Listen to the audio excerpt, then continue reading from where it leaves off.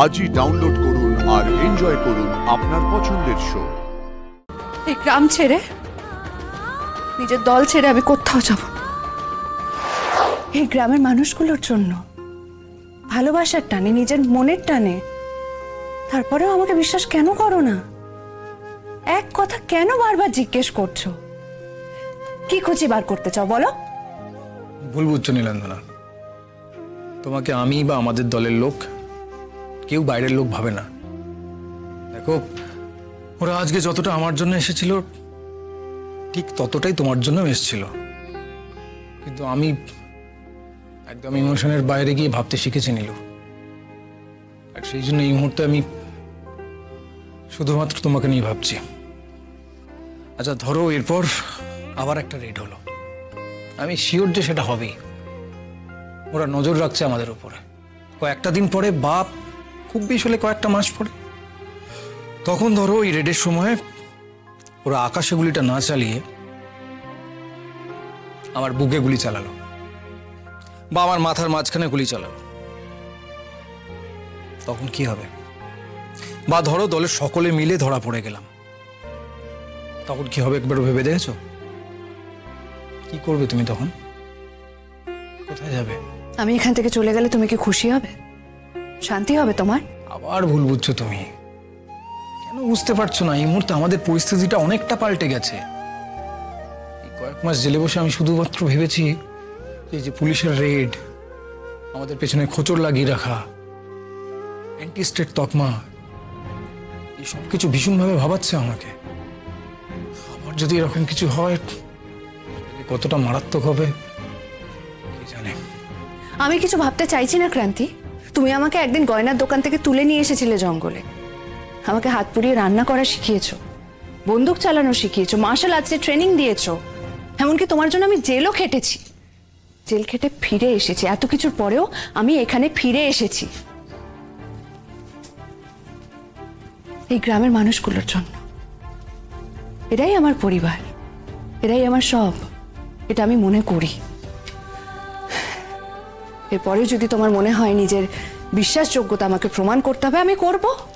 বলো বলো, কি পরীক্ষা দিতে হবে আমাকে বলো, আমি প্রমাণ করব তোমাকে। বলো। আমি তোমার কোনো পরীক্ষা নিচ্ছি না, আমি বাস্তবটা বুঝেছি আর সেই ছবিটাই তোমাকে দেখাবার চেষ্টা করছি। ও, তা তোমার বাস্তব বোধ তোমাকে কি বলছে?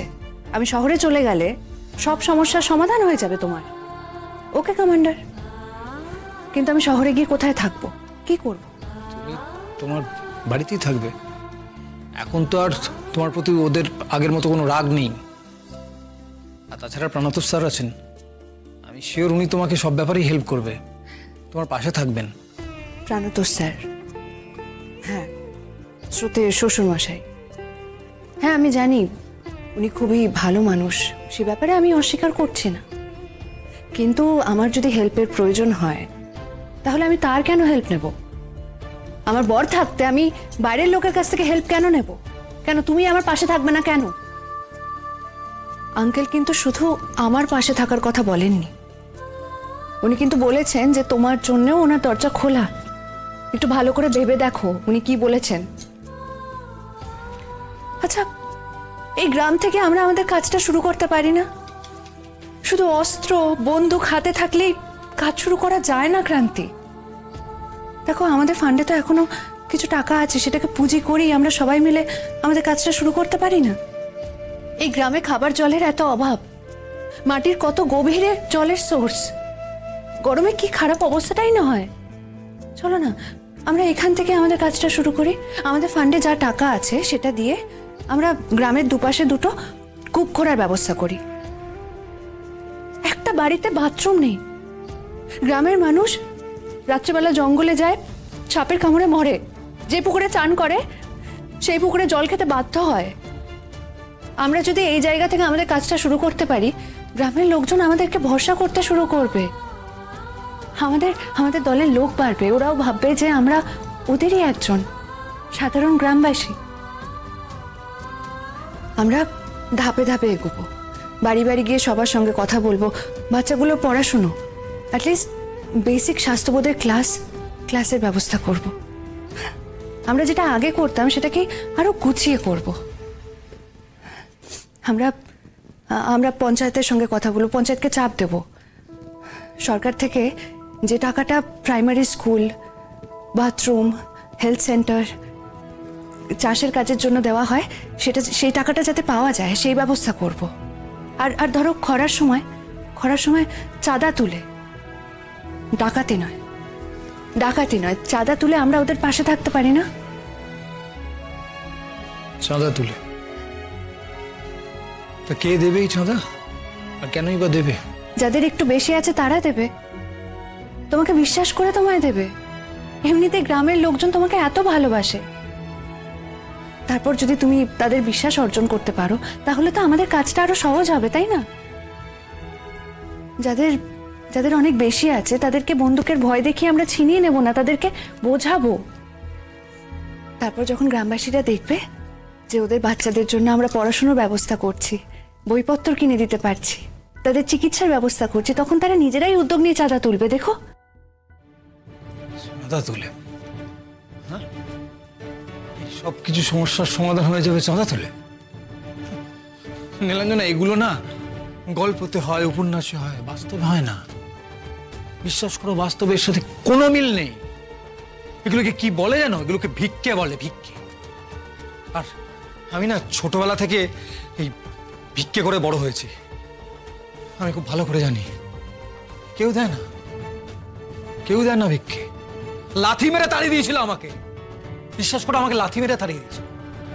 আমি আমার জীবন বোধ দিয়ে বুঝেছি আমার অধিকার ভিক্ষে করে নয়, আমার অধিকারটা আমাকে পেতে হবে লড়াই করে, ছিনিয়ে নিতে হবে। ক্রান্তি, আমার কথাটা দেখলে তো কেন আমি তোমাকে বারবার ধরে একই প্রশ্ন করে যাচ্ছি? দেখতে পাচ্ছ? কারণ আমি জানি আমাদের এই কঠিন লড়াই সবাই চালিয়ে নিয়ে যেতে পারে না। কম্প্রোমাইজ করার একটা প্রবণতা তৈরি হয়, যেটা এখন তোমার মধ্যে তৈরি হয়েছে। চাঁদা, সুস্থ জীবন, এসব গাল ভরা কথা। এই গ্রামের যেসব গরিব মানুষগুলো দুবেলা খাওয়ার জন্য পুলিশের ইনফরমার হয়ে যায় না, তারাও একদিন কম্প্রোমাইজ করে বসে লড়াইতে হেরে গিয়ে। আমি যদিও ওদের কোনো দোষ দেখি না এর মধ্যে, কিন্তু আমি আমার দলের মধ্যে কম্প্রোমাইজ মেন্টালিটির ছিটে ফোটাও ঢুকতে দেব না, কোনোদিনও না। একদিন সব শেষ করে দেবে এই মানসিকতা। চলে যাও এখান থেকে, তুমি শহরে ফিরে যাও। তোমার প্রতি আমাদের কোনো ক্ষোভ থাকবে না, তুমি ভালো থাকবে। চলে যাও। দায়িত্ব এড়িয়ে পালিয়ে যাচ্ছ কমান্ডার। এই গ্রাম ছেড়ে, নিজের দল ছেড়ে আমি কোথাও যাব না, কোথাও না। তোমাকে আমি ফেরাবই তোমাকে।